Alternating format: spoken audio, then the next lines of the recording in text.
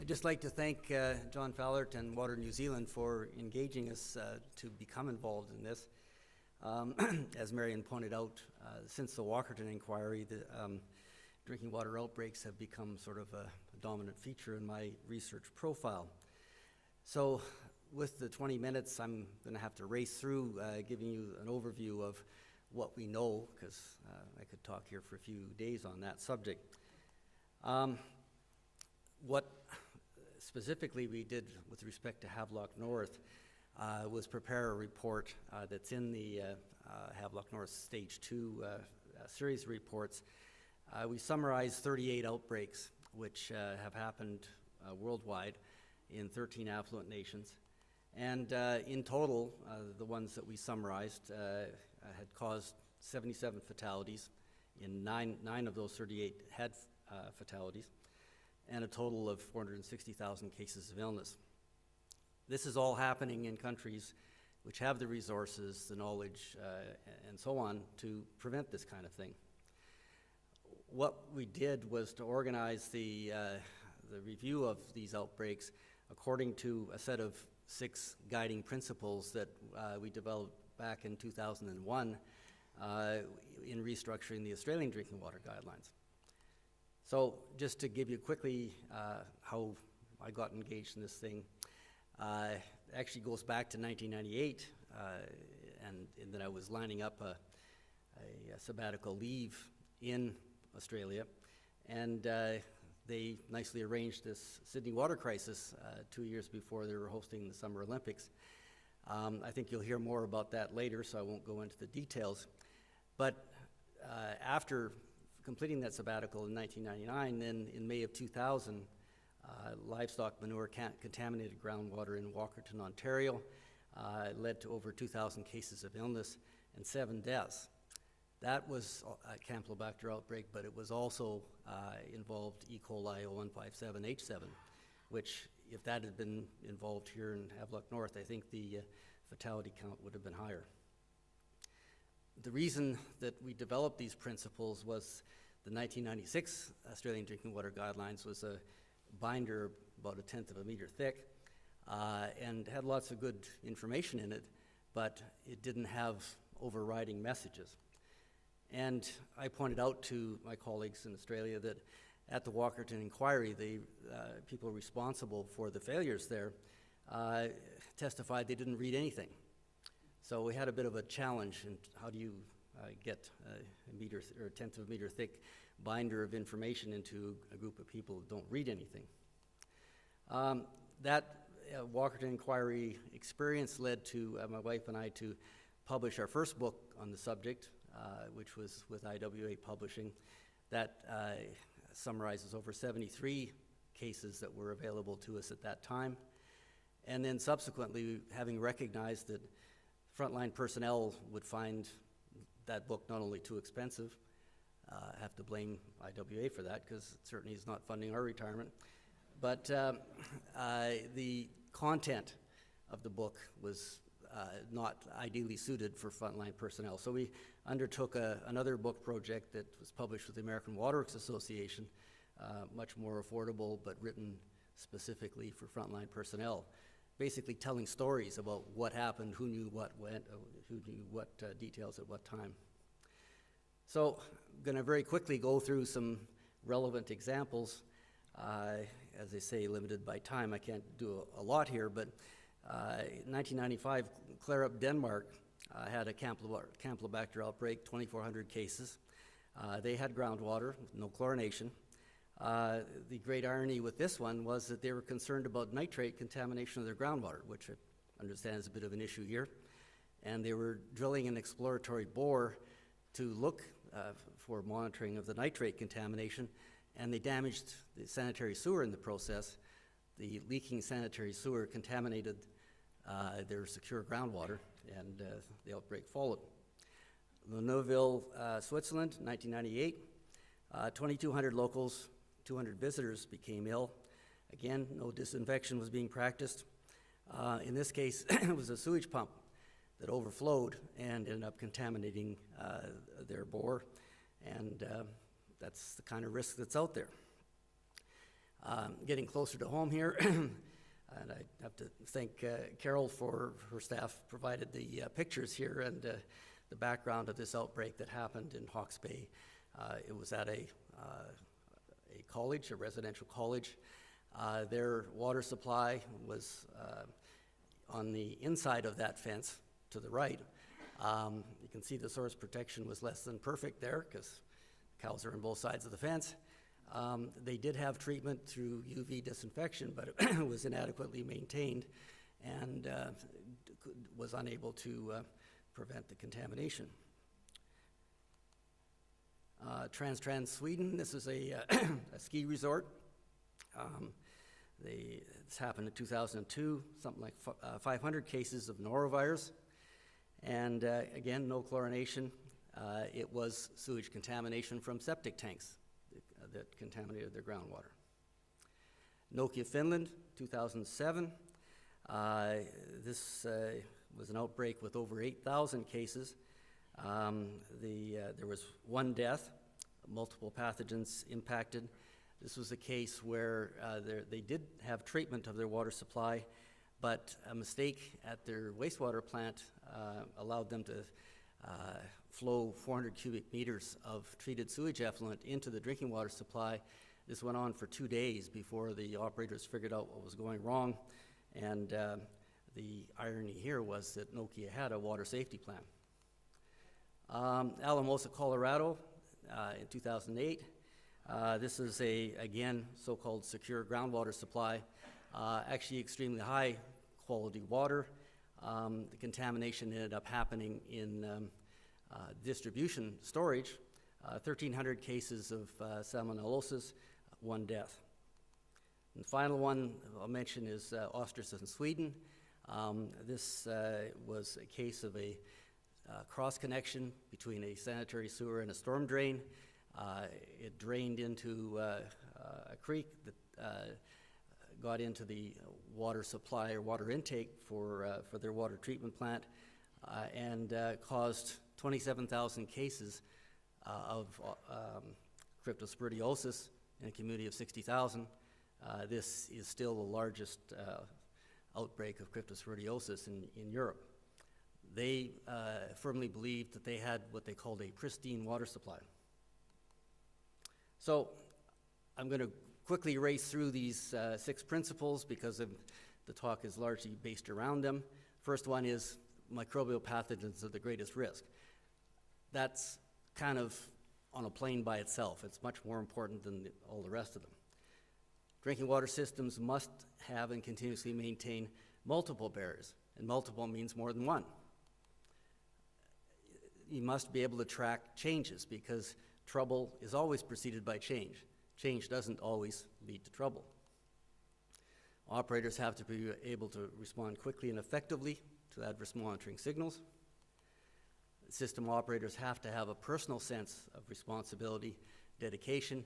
That implies they have to have access to the knowledge that lets them know what the consequences could be. And then ultimately, ensuring safe drinking water quality requires a considered risk management approach. Lots of bad things are done in the name of risk management, so you need to understand what risk management really means. These guiding principles were developed at a workshop in Adelaide where the Australian group under the National Health and Medical Research Council met with Jamie Bartram's microbial expert group from the WHO, and over a period of a couple of days we talked about our relative interests in this, and how we developed this list of 6 is a workshop format. We said to each of the participants, if you could only tell people in this business 2 things, what would they be? We collected that list and distilled it down to the 6 principles. I should mention that one of the major contributors to that exercise in 2001 is Dr. Michael Taylor from New Zealand. And he had a lot of excellent work already in place in terms of public health risk management plans, and it's a bit tragic to see something like happened in Havelock North, given the head start that Michael had created. So these principles are as valid now as they were when they were first developed. So coming back to the first one here. Sorry. So the problem you run into is that drinking water guidelines are dominated by lists of chemicals. The water safety plan approach, or as it was originally called here, public health risk management plans, was designed to focus on preventive measures, not focus on monitoring compliance with tables of numbers. This relies upon having the water safety plans, meaning that you actually have the people running the system know their system. It's not something you can farm out to somebody else. You hire a consultant to produce a glossy report, goes on the shelf, doesn't achieve the objective. The evidence for illness from chemical sources is very limited. The chemicals that we know have caused illness via drinking water list is arsenic, excessive fluoride, lead, and after that the list kind of trails off into oblivion. So, and even these things, arsenic, fluoride, and so on, are very site-specific for those few chemicals. They're not universal problems.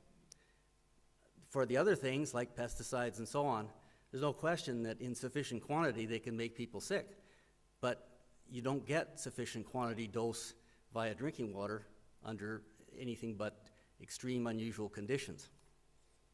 Whereas the evidence for pathogens we've had for over 100 years. Dr. John Snow with the cholera outbreak and Dr. William Budd with typhoid demonstrated in the 1850s that sewage contaminated drinking water caused those diseases. The other aspect that we can't lose sight of is the source of microbial pathogens is humans, pets, livestock, and wildlife. Name me a place on the planet that doesn't have one of those features. If there's people residing there, you've got the problem, because so many of these happen with human sewage contaminating the drinking water. There's been a lot of misguided efforts to focus on the chemicals. This one is a report by the David Suzuki Foundation.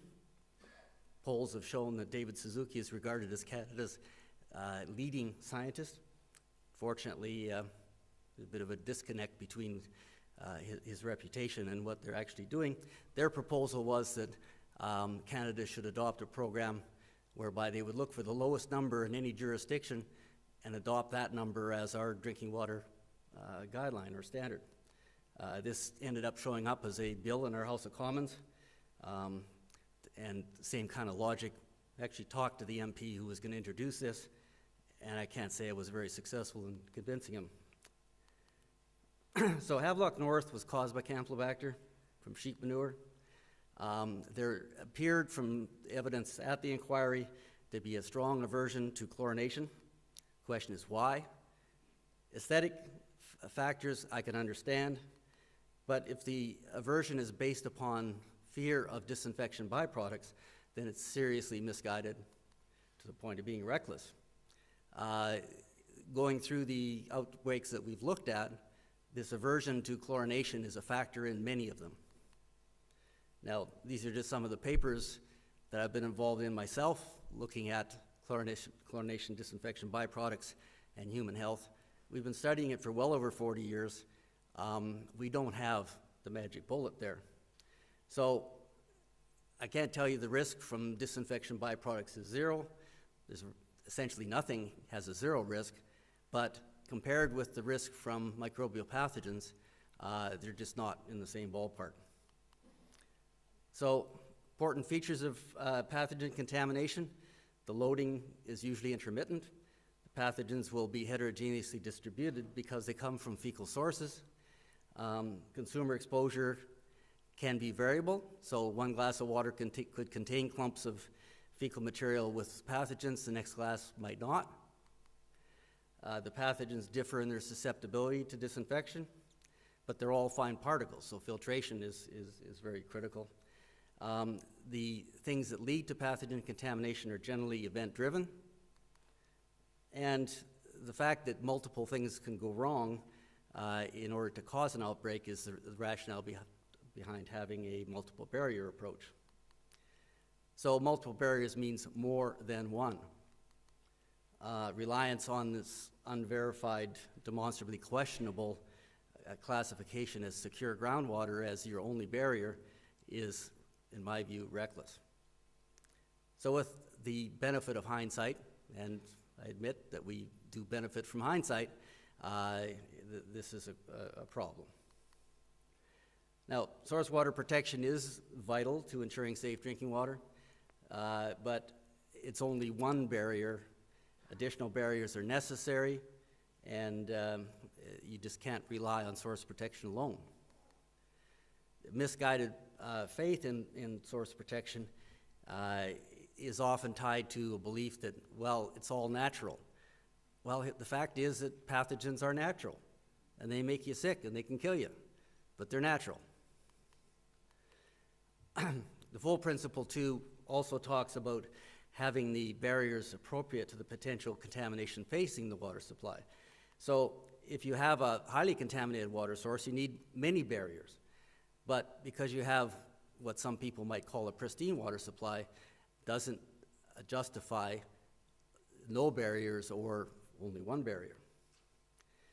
The purpose of the phrase was to try and ramp up at the high end of contamination, where you have knowledge of a lot of sources of contamination which require you to have much more in the way of barriers. The burden of proof in this regard really must rest with those who advocate no treatment. If you switch the burden of proof around to the health people, say, well, show us why we should do this, all you can do is make reference to all of these international outbreaks that I can point you to, because they happen few and far between. I mean, Walkerton, their well was vulnerable for 22 years before they had the outbreak. Were people getting sick during those 22 years? Absolutely. They just didn't have a big enough outbreak to detect in the public health system. In terms of changes in water supply, in order to recognize change, you must know what's normal. There's an imperative to your own system and to know what's normal, and that's where the water safety plan comes from. Normal operations for water providers are usually uneventful, perhaps even boring, and that creates a recipe for complacency on all sides. The challenge then is to deal with rare, unusual events. What do? Well, look at other public safety situations. Airlines, except for takeoffs and landings, most of the time it's pretty boring. So the airlines train pilots by giving them simulations of cases of failure. Why don't we do this in the water industry? It's not that hard. That's why we wrote the second book. The material is out there. So this requires people running systems to be curious. It's one of the things the inquiry pointed out. All disasters are preceded by change. You're going to have false alarms, and they will usually exceed true alarms. So you have to stick with it. Multiple factors need to coincide. That's where the Swiss cheese model is talking about. If your barriers have holes in them, which they do, you're going to get exceptional cases where the holes line up. So, as I said, Walkerton was vulnerable for 22 years before the May 2000 disaster. Now, slow and subtle changes are also important, but that goes with knowing your own system.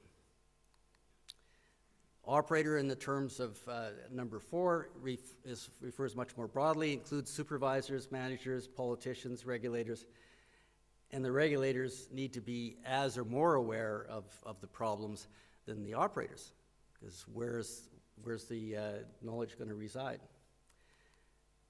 The operators are the ones with their hands on the controls. They need to be well-trained and fairly compensated. Can't just point the finger at them and blame them when something goes wrong. They need to know the consequences of failure. And in the case of the Havelock North Water Safety Plan, the characterized the consequences of contamination. In 2008, they described it as moderate. In 2015, it was described as minor. Now, the people I know in the water business, something like this is their worst nightmare. So to describe that kind of consequence as moderate or minor, there's a definite disconnect. The risk management approach is inherent in water safety plans, but risk management can be misused. The district council actually described their decision to not fix the subsurface situation with their bore heads as being a risk management decision. That wasn't a good risk management decision. That wasn't the cause of the outbreak, but it very well could have been. Nokia had a water safety plan, didn't detect the cross connection that caused the outbreak. So here's what risk management should be. We wrote this for the Walkerton inquiry. It needs to be preventive rather than reactive, distinguishes greater risks from lesser ones, i.e. microbial pathogens, microbial pathogens, microbial pathogens. Don't get hung up on disinfection byproducts. Take time to learn from experience and invest resources proportional to the danger that's posed. So I'll close with some constructive suggestions to how to prevent this from happening again. You do need to invest in training with a sound foundation in the consequences of a failure. The Stage 1 report, Appendix 7, lists 44 drinking water outbreaks causing over 7,300 cases. That information presumably is out there. Is it all documented in a way that can be used for training? I think that knowledge should be mined in a New Zealand context to use it for training purposes. And likewise, an even bigger body of knowledge are close calls. These can be anonymized, so you don't need to blame individuals, but they can be shared. We did that with our second book. So the bottom line is you can have cheap water or you can have safe water, but you cannot have cheap, safe water. Thank you.